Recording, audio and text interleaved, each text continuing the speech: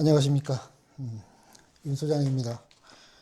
26년도 3월 부동산 주식 투자에 관한 소식을 전해드리도록 하겠습니다.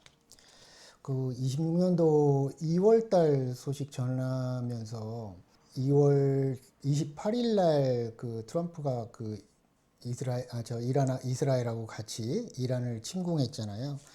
뭐 일방적으로 이란에 폭격을 퍼붓고 했었는데 2월 달에는 뭐 미국의 그 항공모함이 뭐 2대가 이동을 하고 이런 상황이었으니까 뭐 전쟁은 예견돼 있었고, 지금 그 전쟁이 뭐 휴전 합의를 보느냐 마느냐 이런 부분에 대해서 말도 많고, 그저께는 뭐 합의할 것처럼 하다가 대국민 성명서에서는 무자비하게 폭격할 거다, 항복을 안 할 때까지, 그렇게 트럼프가 얘기도 하고 그래서 지금 26년도 3월달 소식은 트럼프의 이란 침공, 이스라엘 그 총리 네타냐후하고 같이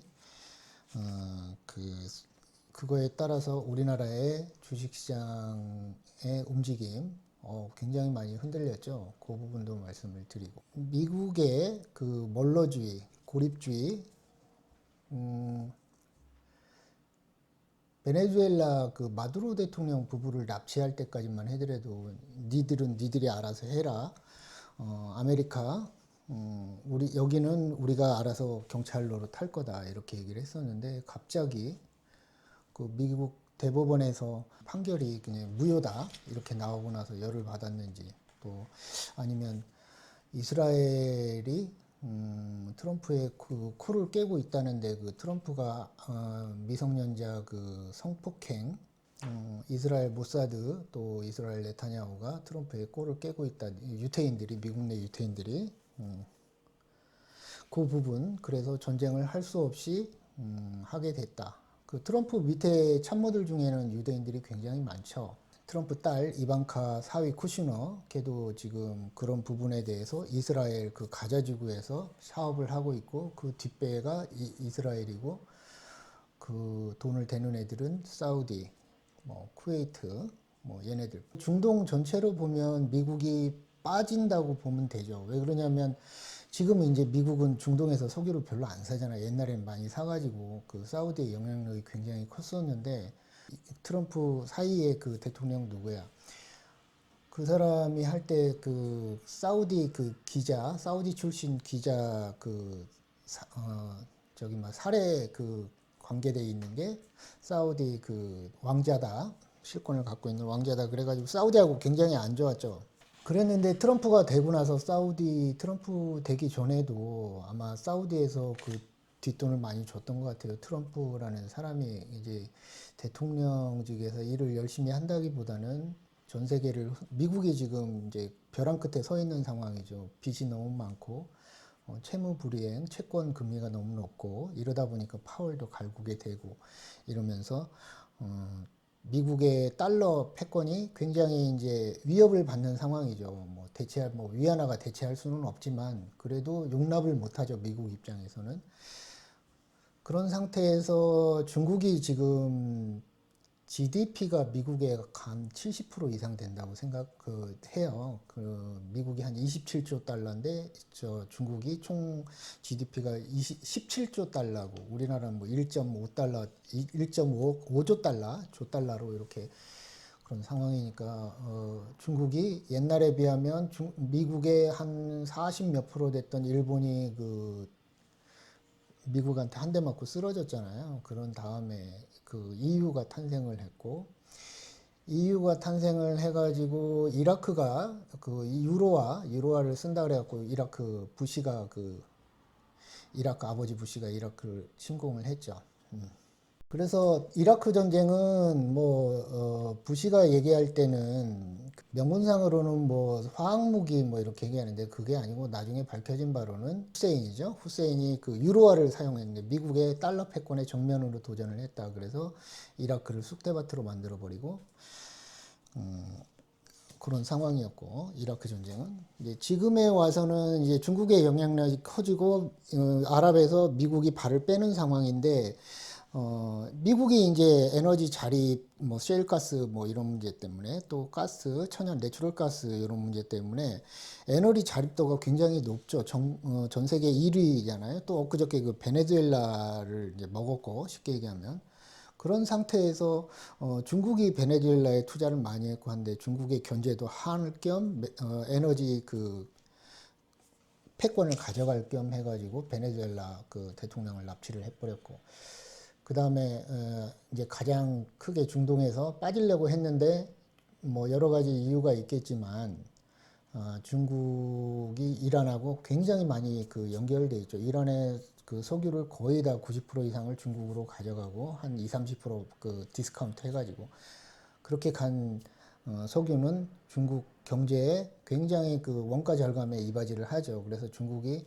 전 세계에 싼 가격으로 물건을 공급할 수 있는 여건이 되다 보니까 우리나라, 일본도 위협하고 이렇게 된 상황, 미국도 위협하고 뭐 유럽도 위협하고 이런 상황이 돼버리니까 중국도 시진핑이 말을 안 들으니까 중국도 칠 겸 해서 그런 이란을 이스라엘하고 같이 뭐 했다 이런 썰도 있고 결국에는 이란이 이제 요번에 호르무즈 해협 통과하는 거는 위안화하고 코인 결제할 수 있다. 위안화 그 결제를 하게 되면 미국의 달러 패권이 안 그래도 지금 미국의 달러 패권이 벼랑 위에 서 있는데 굉장히 위협받고 하니까 중국 이란을 쳐버린 거 그런 말도 있는데 그게 이제 가장 큰 이유가 되기도 합니다.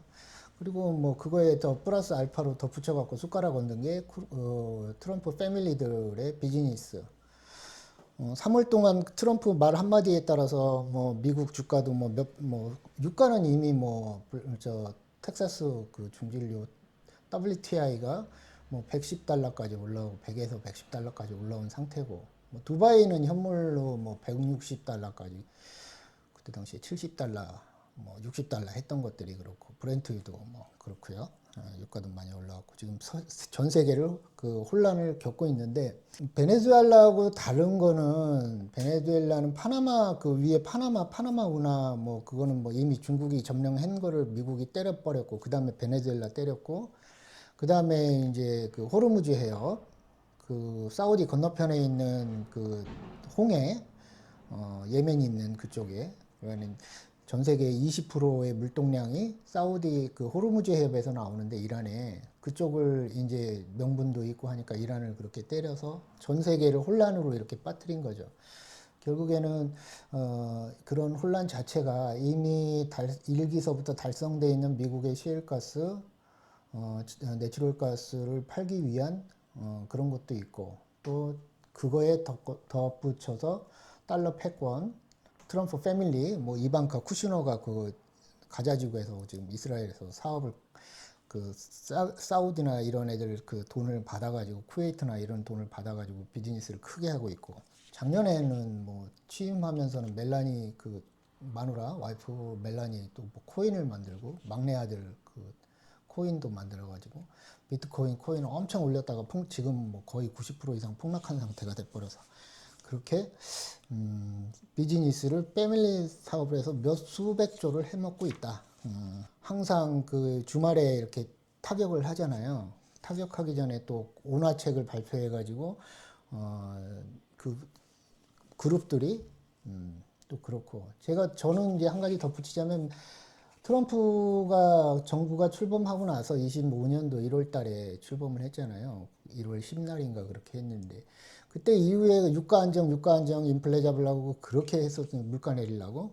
트럼프가 물가 내리려고 그 원유 값을 계속 눌러놨죠. 거의 뭐 60불대, 그 정도에서 70불대 사이로 눌러놓고 계속 눌렀는데 계속 그러다 보니까는 이제 자기를 지지했던 그 미국의 그 석유 업체들 이익을 보전해줘야 될 거 아니에요. 그러다 보니까 이제 이거하고 같이 해서 한번 싹 흔들고 걔네들 이득을 많이 보전해주고 그런 식으로 해서 또 그 뒷배로는 자기 와이프라든지 자기 자식이라든지 이런 애들이 거기서 커미션 다 뽑아갈 수 있도록 미국 이상한 나라 우리나라 같은 경우 뭐 윤석열이 김건희가 그 역할을 했죠. 근데 이제 우리하고 윤석열이하고 비슷하게 트럼프가 가고 있는 것 같다.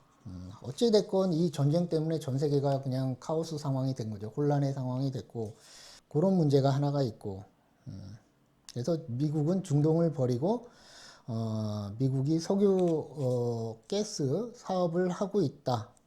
그래서 엊그저께도 보니까, 그러지, 니네는 호르무즈 해협은 내가 쏜 땅은 니들 유럽 애들이라든지 EU라든지 뭐 일본, 한국 거기로 왔다 갔다 하는 니들이 감당해라. 그리고 니들이 내 똥은 니들이 치워라. 이렇게 얘기를 하더라고요. 그러면서 미국 가스나 석유를 사라.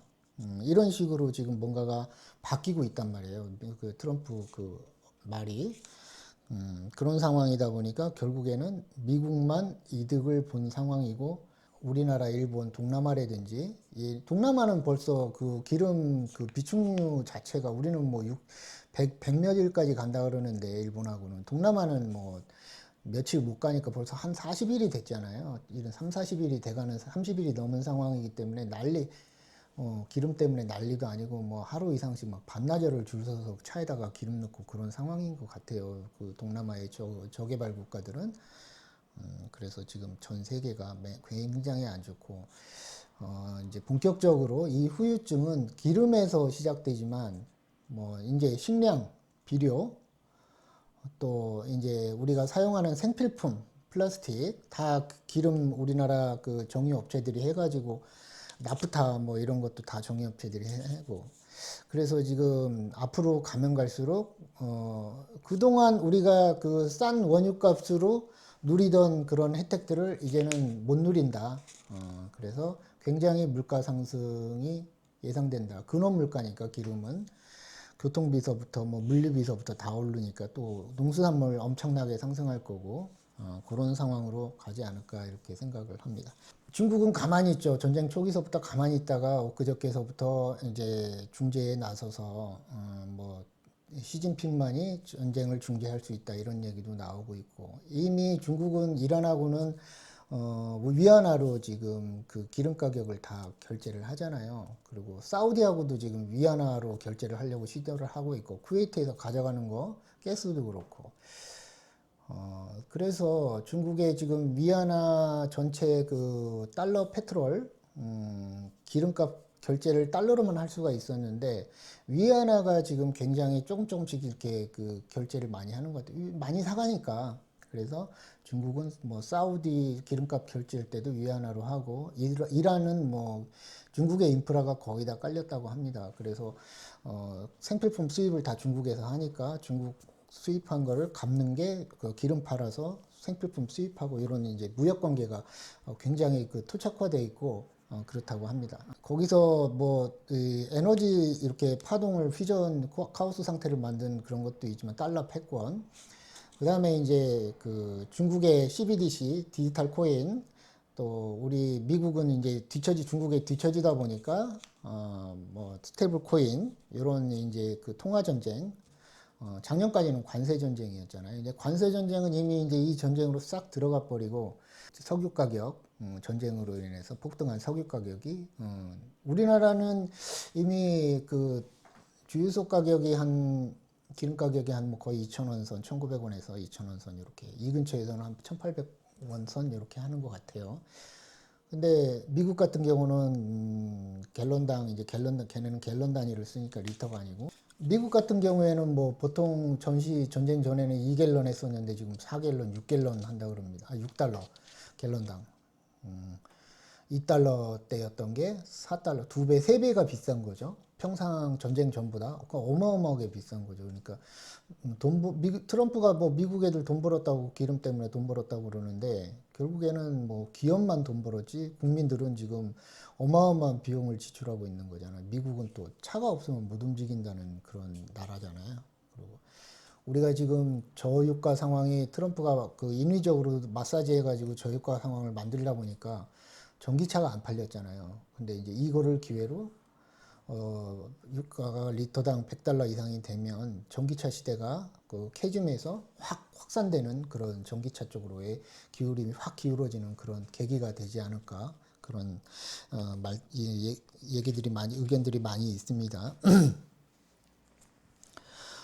다음에는 그 미국의 사모 펀드, 사모 대출, 우리로 얘기하면 이제 그 회사에다 돈 빌려주는 그 사채죠. 왜 그런 그 사모 펀드 위기가 있다 그래요. 블루아웃이라든지 블루레몬이라든지 블루아웃이죠. 블루아웃이 잘못 얘기했네. 그리고 블랙스톤, 또 블랙락, 또 아폴로 그 고객의 회사에다 맡긴 그 고객 자금을 돌려달라고 하니까 지급 거절을 한 거죠. 회사 측이. 너무 많이 생겨버리니까. 이래서 이게 지금 세계 경제의 내관이 될 수도 있다. 폭발적인 이런 얘기들이 많이 있습니다.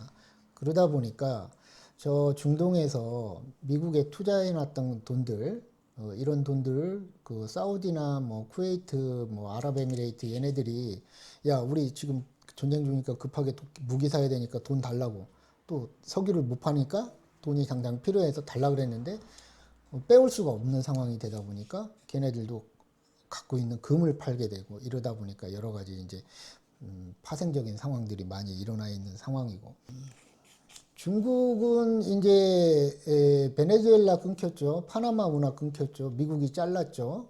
또 이제 이란을 이렇게 만들으니까 여기서는 중국이 가만히 있지 않고 이제 뭔가를 그 액션을 취하겠죠. 어마어마한 에너지 수입을 그쪽에서 하는데 그쪽 길이 막힌다 그러면 중동 애들 대부분 사가는 게 중국이고 우리나라하고 일본인데 동북아에서 사가는데 그 부분에 대한 메리트가 없어진다 그러면 중국이 이제 가만히 있지는 않겠죠. 그래서 4월 달에 굉장히 많이 그 중국에서는 불만이 많았을 겁니다. 이 전쟁 때문에. 그래서 3월 4월 초에 예정돼 있던 그 시진핑하고 트럼프하고의 회담이 내가 보기에는 뭐 트럼프가 저기 한 게 아니고, 트럼프는 관종이잖아요. 남들이 안 안아주면은 그 잠을 못 자는 그런 성격의 그 사람인데 어깨에 그냥 힘주고 뽀대 세우고 이런 스타일이잖아요. 그러니까 중국 시진핑이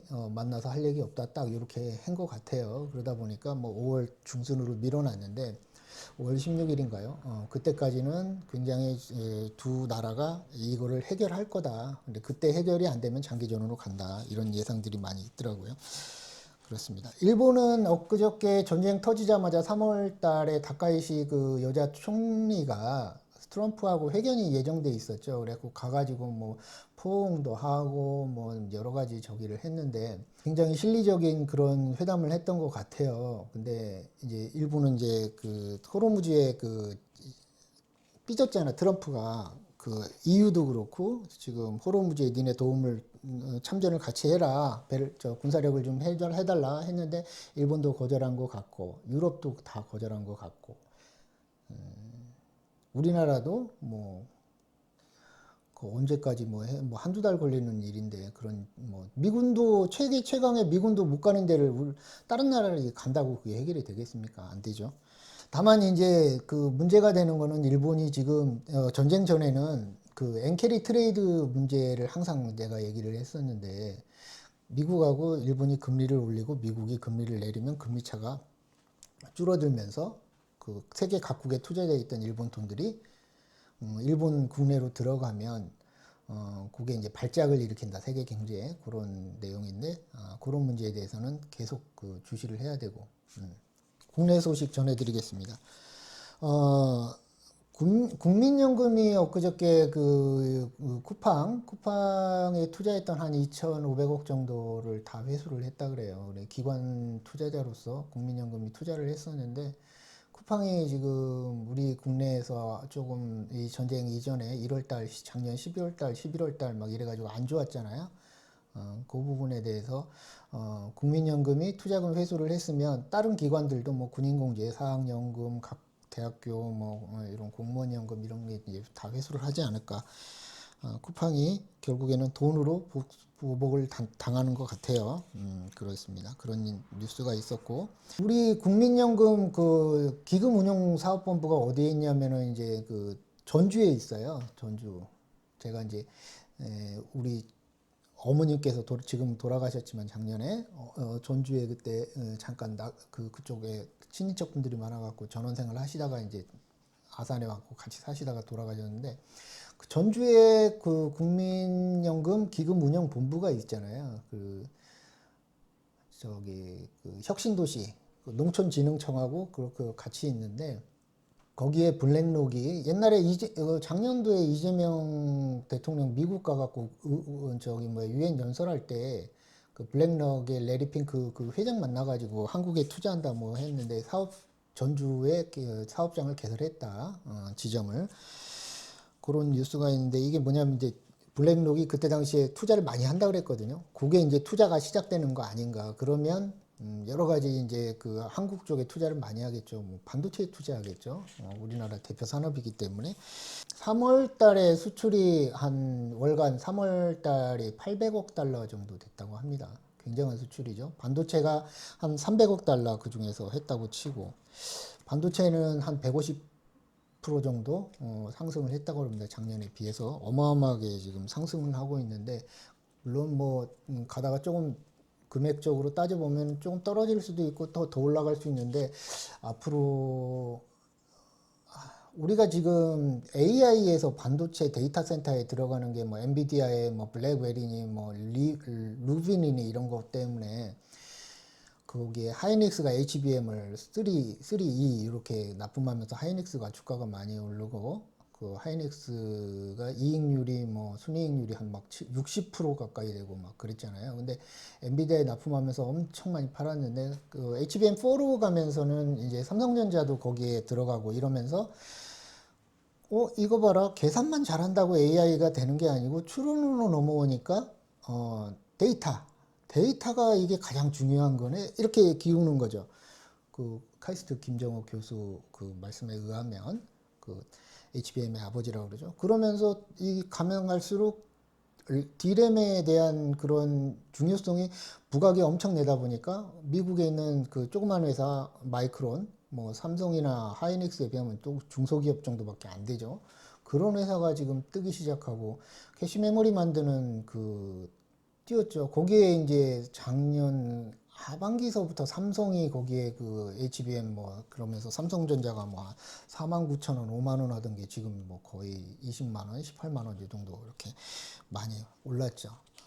그러면서 앞으로 많이 이제 HBM4로 가면은 이게 HBM만 만들어갖고 하이닉스 같은 경우는 TSMC에 납품을 해가지고 거기서 TSMC에서 그 파운드리 공정을 거쳐서 이제 그 엔비디아 그거를 만드는데 삼성은 자기 파운드리에서 그 HBM4를 만든다 그래요. 그러니까 기술력이 어마어마하게 삼성도 좋다. 그리고 삼성이나 하이닉스나 우리나라의 반도체 산업이 AI에서 가장 중심축이 되는 그런 지금 상황으로 가고 있다. 그러다 보니까 이제 HBM의 중요성이 부각이 되고 AI에서 그러다 보니까 대한민국이 앞으로 한 적어도 5년, 앞으로 10년 이상을 AI에서 굉장히 중요한 위치로 올라가고 있다. 미국이 감히 무시하지 못할 정도로 그런 상황이 돼가고 있는 것 같아요. 그래서 삼성, SK, 하이닉스 반도체 부분에서는 투자를 좀 많이 해는 것도 나쁘진 않다. 그 ETF 위주로 알지 못하시는 분들은 ETF 위주로 제가 저번 달에도 말씀드렸지만 삼성그룹 주식이 있어요. 코덱스인가요? 삼성그룹 주식 그룹 계열사 거기서 있는데 그런 그 SK는 뭐 그 저 옛날에 60 저 하이닉스 빼고 그 SK 이노베이션 그쪽으로는 좀 안 좋고 그러니까 배터리 쪽도 좀 안 좋고 이러니까 그런 게 이제 삼성 그룹주 ETF 이렇게는 좀 투자해 볼 만하다. 요즘에 좀 많이 빠져 있죠. 전쟁 때문에. 그런 상황이니까 들어가기는 좋다. 이렇게 말씀드리고 몰빵하지 마시고 제가 항상 세 번 거쳐서 사고 떨어질 때마다 사놓고 아니면은 적립식으로 계속 그냥 먼 미래를 보고 사시는 거 좋다. 그런 말씀 드리고 싶습니다. WCGI라 그래가지고 채권 4월 1일 날 우리나라가 이제 그 선진국 채권 지수에 편입을 했죠. 그래서 뭐 90조가 들어오는 이런 얘기가 있는데 선진국 그 걔네들끼리의 나와바리가 있는데 거기에 우리나라 지수가 이제 채권 지수가 편입이 됐죠. 그래서 선진국 그 채권 운영하는 운영사들이 우리나라에 투자를 많이 할 채권을 많이 살 거다. 그런 상황이 돼서 했는데 지금 전쟁 때문에 환율이 안 좋죠. 환율 쪽에서 말씀드리겠지만 그런 상황인데 그래도 괜찮다. 삼성전자 반도체 수출이 엄청 많아가지고 달러들이 많이 들어오고 우리나라가 투자도 많이 하니까 미국에 그런 상황이고 그러다 보니까 환율은 뭐 전쟁적으로 일시적으로 올라갔지만 떨어질 수는 있다. 그 대신 올라가 있는 상태니까 현대 기아나 이게 수출하는 회사들 입장에서는 굉장히 좋겠죠. 근데 이제 전쟁은 뭐 곧 끝나고 정상대로 돌아가니까 그때까지는 움직이지 말고 갖고 계신 거는 보유하는 게 좋다. 그런 말씀 드리고 싶어요. 그다음에 5월 달에는 이제 그 MSCI 그 지수 우리 그 주식시장 그 선진국 그 주식시장에 포함이 돼야 되는데 예비 명단에 들어가 있는데 예비 명단에서 탈락을 했잖아요. 그 윤석열 정부 때 탈락했나 아마 그럴 거예요. 제가 기억은 없는데. 그래서 지금 다시 도전해서 5월 달에는 그 결정이 나니까 또 그렇게 되면 외국에 자금들이 들어온다는 거죠. 우리나라가. 이게 수준이 높아지는 거고 아베가 살아계실 때그 주식시장의 그 저거 그 소액 투자자를 위한 그 우리나라 지금 이재명 정부가 하고 있는 그런 주식시장의 그 그런 거를 많이 개혁을 했는데 한 5년 전에 그래서 버핏도 일본 상사에다 투자를 많이 하고 그랬잖아요. 지금 상황이 이제 우리가 그 상황이 된 거죠. 그래서 주식시장을 긍정적으로 많이 본다. 그래서 한국 주식이 조금은 지금 조정의 구간에 있다고 하지만 장기적으로 보면 상승할 여지가 하락할 그 여지보다는 좀 많다. 그런 말씀 드리고 다음은 그 세금 부분에 대해서 말씀드릴게요. 그 이재명 대통령 다주택자 양도세 중과한다는 게 이제 연기하는 게 아니고 종료하면 5월 3일인가요? 그때서부터 이제 다주택자들 중과가 이제 그 투기 지역하고 조정 지역, 서울 투기 지역, 그 다음에 그 외에 뭐 수원까지 조정 지역 그 부분에 대해서 양도세 팔면 이제 중과가 돼서 내가 내야 될 돈보다 양도세보다 20-30%더 내야 된다. 한 80%까지 그렇게 많이 나오더라고요. 그 부분에 대해서 알고 계시고. 관세 무효 판결 대법원, 미국 대법원의 판결이 전쟁으로도 이어졌다. 약간의 적은 확률이긴 하지만 그 다음에 금리 부분 말씀드릴게요. 금리가 지금 그 전쟁 시작되면서부터 갑자기 주담대가 뛰고 뭐 이래가지고 뭐 주담대 최고가 뭐 7%까지 올라간다 그러는데 아직 뭐 저도 여기 그 대출 받아가지고 있는데 한 40만 원 정도 나오는 것 같아요. 근데 이제 금리 상승은 아직 아니고 아직 좀 지켜봐야 될 것 같아요. 뭐 한 3% 신용도에 따라서 달라지는 거니까. 그리고 이제 다주택자들 대출 종료, 그 임대사업자 대출 종료한다 그러는데 이건 뭐 18년도 이전에 있던 사람들, 옛날에 있던 사람들 해당되는 거고 또 세입자가 있으면은 뭐 그 연장해 준다고 합니다. 사업자 대출 그 부분이고. 미국의 페드에서 3월 달에 그 금리 동결을 했죠. 그리고 케빈 워시 그 연준 의장 지명자가 지금 트럼프의 지명을 받았는데 상원에서는 그 파월하고 트럼프하고 지금 형사소송이 건이 있잖아요. 근데 혐의가 없다 그랬는데 또 트럼프 측에서 재고소해가지고 지금 형사 그 소송을 당한 상태로 파월 의장이 있는데 뭐 금리는 동결을 3월 달에는 했고 케빈 오시를 지명을 했는데 상원에서 그 인준안 통과를 시켜줘야 되는데 상원에서는 그 파월의 그 의장의 그 형사 소송을 취하지 않으면 인준을 저거 청문회를 안 하겠다. 그러면 임명이 안 되는 거잖아요. 그러면 페드 그 투표하는 금리 투표하는 그 연준 위원이 7명인데 한 명이 빠져야 파월이 그 케빈 오시가 들어갈 거 아니에요. 근데 이제 빠지지도 않지. 그러다 보니까 파월 의장이 계속하게 생겼어요, 지금. 그러다 보면 금리 하락, 상승보단 금리 하락 쪽으로 가는 게 좀 상승 쪽으로 가거나 계속 그냥 올해는 금리 인하는 없다. 이런 식으로 이렇게 말들도 나오고 그러더라고요. 상승할 수도 있다, 금리가. 기준금리가. 기준금리는 이제 미국의 채권의 뭐 2년 금리, 또 단기 금리들에 영향을 주는 거지. 보통 이제 그 10년 이상, 이렇게 5년 이상 되는 것들은 이제 시장에서 알아서 이제 금리를 조정하는데 미국 전쟁 때문에 지금 4%, 3.9% 하던 10년 채권물이 금리가 지금 뭐 4.5까지 올라가고 그러니까 막 트럼프가 놀래가지고 뭐 그 협상을 한다 만다 이렇게 상황이 돼갖고 배가 막 급해져가지고 막 트럼프가 그런 상황이 돼버렸고. 다음은 원유 가격 말씀드릴게요. 원유가 그 우리 그 총 하루에 전 세계에서 사용하는 게 그 1억 배럴이라고 합니다. 근데 한 20% 정도가 그 호르무즈 해협을 지난다 그래요. 그러니까 사우디, 쿠웨이트 그쪽에 이제 UAE, 뭐 오만, 또 저 카타르, 이라크, 이란 이런 쪽에서 기름이 엄청 많이 나오는 거죠. 석유가. 그 카타르는 가스가 우리 세계에서 제일 많이 나온다 그러고. 뭐 물론 미국이 제일 넘버 원이고 그 다음에 이제 그쪽에 사우디고 그 다음에 이제 넘버 3가 이제 러시아 이런 상황인데 뭐 원유가 지금 유가가 두바이는 뭐 WTI 텍사스가 111달러가 돼버렸네요. 벌써 그러니까 엄청나게 오른 거죠. 60달러 선에 있었는데 2배 가까이 오른 거고. 두바이유가 117.25달러. 두바이는 좀 많이 빠졌네요. 네, 그렇습니다. 그런 상태고. 그 비료 문제도 있고 또 이제 나프타 우리 플라스틱 제품 또 옷 모든 게 이제 우리 주변에서 보면 눈에 보이는 것들은 다 석유의 부산물로 만드는 거잖아요.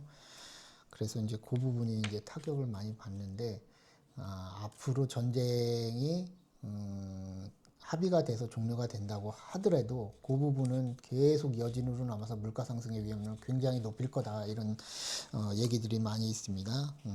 그래서 인플레가 엄청 심해질 거다.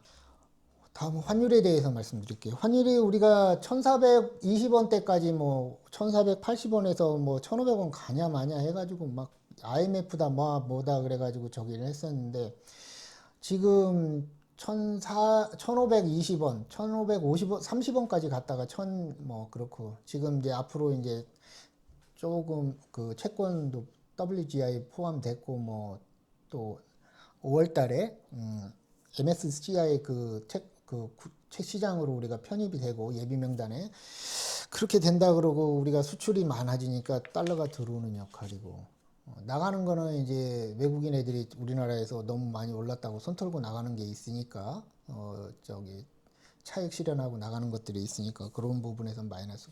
어찌됐건 뭐 환율이 뭐 동전의 양면 같아서 수입하는 그 측면에서는 굉장히 안 좋지만 또 수출하는 측면에서는 또 좋을 수도 있다. 3월 달에 전쟁인데도 불구하고 800억 달러, 보통 뭐 650, 700억 달러 정도인데 엄청나게 수출이 많이 늘었어요. 그 반도체가 대부분 많이 늘긴 했지만 또 이제 전쟁이니까 무기 수출도 많이 늘었고. 근데 이제 에너지 수입이 많겠죠. 기름값이 비싸니까.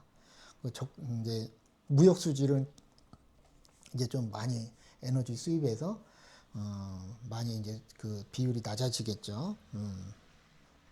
그래서 환율은 지금 폭등해 있는 상황이다. 그런 상황입니다. 이제 다음은 금은 소식 전해드릴게요. 금 가격이 많이 폭락했죠. 많이 폭락했는데 이제 여러 가지 원인이 있는데 아까도 말씀드렸지만 미국의 사모펀드에 투자했던 그 사우디 중동 자금들이 야 우리 돈 필요해 갖고 빼달라 그러니까 환매 거절을 해버렸잖아요. 환매 거절이 되다 보니까 걔네들이 이제 갖고 있는 금을 팔아야 될 거 아니에요. 현금화할 수 있는 거를 그 무기를 사야 되고 막 그 석유 자금이 안 들어오니까 그런 상황도 있었고 가장 큰 게 이제 러시아가 이제 전쟁하면서 원유를 그 중국이나 그 인도 쪽에 그 관세로 트럼프가 러시아 원유 사용하지 말아라 이렇게 압박을 넣어버리니까 돈이 없어진 거죠. 전쟁 자금이. 그러다 보니까 이제 러시아가 그 금 보유량이 그래도 세계 한 넘버 5 정도 되거든요.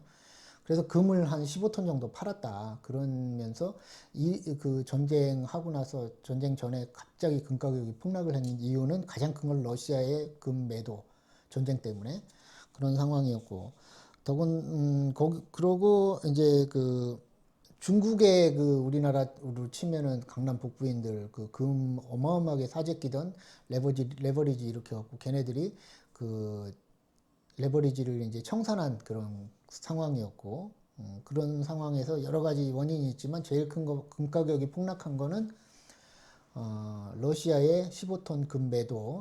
주가는 이제 트럼프 푸시 계속 전쟁에서 사용했는데 트럼프가 이제 그 거짓말 양치기 소년이 돼가고 있죠. 그러다 보니까 갈수록 영향력이 이제 줄어들고 있고 이제 안 통하고 있는 상황으로 가고 있고, 미국 국채 금리가 굉장히 좋죠. 지금 아까도 얘기했지만 3.8%, 3.10년물이 그런 게 지금 4.4, 4.5, 4.39 뭐 이러니까 미국 국채가 지금 좋은 상황이다. 그렇게 말씀드리겠습니다.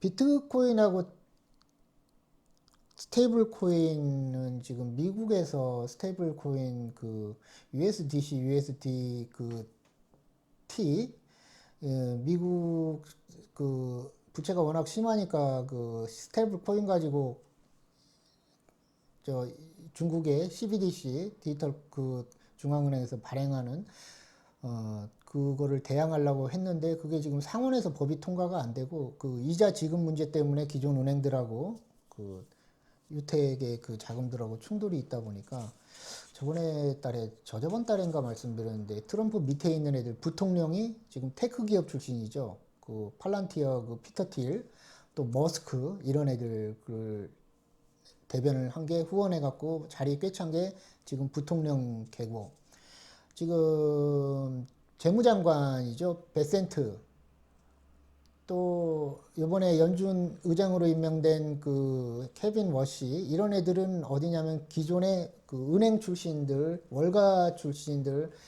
그 출신들의 저기죠. 자리죠. 그러다 보니까 얘네들이 충돌을 해서 스테이블 코인 법이 지금 상원에서 부결이 됐다는 그 이자 지급 문제 때문에. 그래서 안 좋죠. 비트코인도 안 좋고 스테이블 코인도 안 좋고 뭐 알트코인도 안 좋고 그런 상황인데 조금 관망해 봐야 될 상황인데, 조금 비트코인도 좀 여유가 있으면은 매입을 하는 것도 나쁘진 않을 것 같아요. 너무 지금 떨어져 있는 상태거든. 바닥을 치고 있을 때는 더 떨어져야 되는데 바닥을 치고 있다는 얘기는 지지를 하고 있다는 얘기거든. 상황이 어떻게 될지 모르겠습니다. 근데 전쟁이 일어났는데 금값도 그렇고 비트코인 값도 그렇고 빠졌잖아요. 근데 원래 전쟁이 일어나면 임팩트 때문에 레버리지로 다 그 선물 투자를 해놓은 거기 때문에 전쟁 때문에 청산이 들어가잖아요, 주식시장에서. 그러다 보니까 이제 현금화할 수 있는 게 가장 좋은 게 금이나 뭐 비트코인 이런 거니까 주식시장에서 손해 보니까 계속 던지는 거죠. 그러다 보니까 이제 패닉셀이 나와가지고 폭락으로 이렇게 많이 떨어지는 건데, 지금 많이 떨어져 있는 상태다. 이렇게 좀 이해를 하시면 좋습니다. 트럼프 이란 전쟁이 지금 이란이 이제 좀 트럼프한테 항복해라 하니까 트럼프가 쉽게 얘기하면 이란이 항복 안 하죠. 야, 우리도 너한테 칼 들이댈 수 있어. 폭격했는데 미군이 항공모함도 고장나고, 고장을 수리할 수 있는 그 조선소가 없다고 합니다. 그 항공모함이 고장을 나면 11척의 항공모함이 있는데 미국이 지금 그런 상황에 전력 노출이 돼버렸잖아요. 이번 전쟁으로 중국에. 얘네들 봐라, 얘네 못 움직이네. 또 항공모함이 또 뭐 재래식 그 드론 하나에도 한 방에 갈 수 있겠는데? 한 나라 돈만큼 되는 그 몇 조 달러짜리들 그 항공모함이 드론 하나에도 나갈 수 있네. 이 전쟁으로 중국이 쳐다보고 있겠죠. 이란은 이미 시민혁명에서 그렇게 됐으니까 사우디가 두려워하는 거죠. 그래서 이번에 그 사우디가 그 이스라엘 전쟁, 이란 전쟁을 지지했다는 이런 얘기도 있고, 그렇다 보니까 지금 얽히고 설켜 있는 상태라 사우디도 불안불안하고, 이란은 지금 초토화가 됐지만 그래도 이란 국민들은 그래도 견뎌야 된다 이런 쪽에 얘기들이 많이 나오는 것 같더라고요. 그래서 굉장히 안 좋은 상황인데도 불구하고 미국은 항상 그 자기네들이 뭐 쓰러질 것 같거나 뭐 하나 그러면 이제 전쟁을 남의 나라의 땅에서 일으켜가지고 어마어마한 사람을 죽이고 그러면서 또 돈이 미국으로 몰리게 하고 미국 채권을 사게 하고 이렇게 마사지를 많이 했죠, 전쟁으로. 그 남미에서 그런 상황을 많이 했다 그랬잖아요. 미국 CIA들이 해가지고 전쟁 많이 일으키게 하고 지네 나라 안에서 뭐 진보니 보수니 해갖고 편갈라서 싸우게 하고 뭐 그런 것도 있고, 그런 상황이 많이. 우리나라가 지금 이재명 정부 들어와서 굉장히 그 스마트하게 정부 운영을 하고 있고 이런데 이게 조금 아주 심각한 상황까지 가지 않고 미리미리 일들을 많이 하시는 것 같아요. 그래서 조금 안정감이 있다 그럴까 우리나라 정부가 그런 부분에 있어서 조금 현 정부가 일들을 세밀하게 하는 것 같고 앞으로 일어날 일에 대해서 미리미리 일을 하고 있는 거 어디서 어느 정부에서도 볼 수 없는 거잖아요. 그런 것 같아요. 우리 대통령 이재명 대통령에 대해서는 잘 모르지만 일하는 스타일이라든지 상황들을 이렇게 보면 굉장히 세밀하게 그 미리미리 좀 갖고 일을 하고 계시다 이런 긍정적인 얘기를 좀 제가 해보고 싶습니다. 투자를 하면 이제 항상 분산 투자 해야죠. 저한테 지금 들어오는 전화 오셔가지고 말씀하시는 게 지금 전쟁 상황인데 어디다 투자를 해야 되겠느냐. 제 얘기 듣고 되면 안 돼요. 분산 투자하시고 ETF 요즘엔 좋잖아요. ETF 같은 거 해놓으시면 사놓으시면은 좀 장기적으로 가야지. 내가 여기서 돈을 벌고 여기 요번에 그 레버리지 투자 빚내서 투자하는 사람들 요번에 지금 흔드는 거잖아. 흔들렸잖아요. 전쟁 트럼프 입 때문에 막 사이드카 5% 빠지고 막 20% 마이너스 되고 막 이러면은 빚 갚아야 되는데 못 견디죠. 그러다 보니까 손해보고 팔고 이러는데 결국 하루 이틀 지나면 또 푹 올라가 있고 이런 상황이 지금 서너 번씩 계속됐잖아요. 3월 달에. 그러다 보니까 이럴 때는 가만히 있는 게 좋은데 가만히 지나가거든요. 견디고 나면 한 4월 말쯤 되면은 그대로 전쟁 전후로 돌아갈 거예요. 주가가 뭐. 근데 거기서 흔들려가지고 팔고 뭐 이렇고 그런 사람들은 이제 지나고 나서 보면 이제 손해만 본 거죠. 그러다 보니까 그러지 말고 좀 이럴 때는 ETF 조금 세 번에 나눠서 사고 수익 실현할 때도 세 번에 나눠서 팔아야 된다.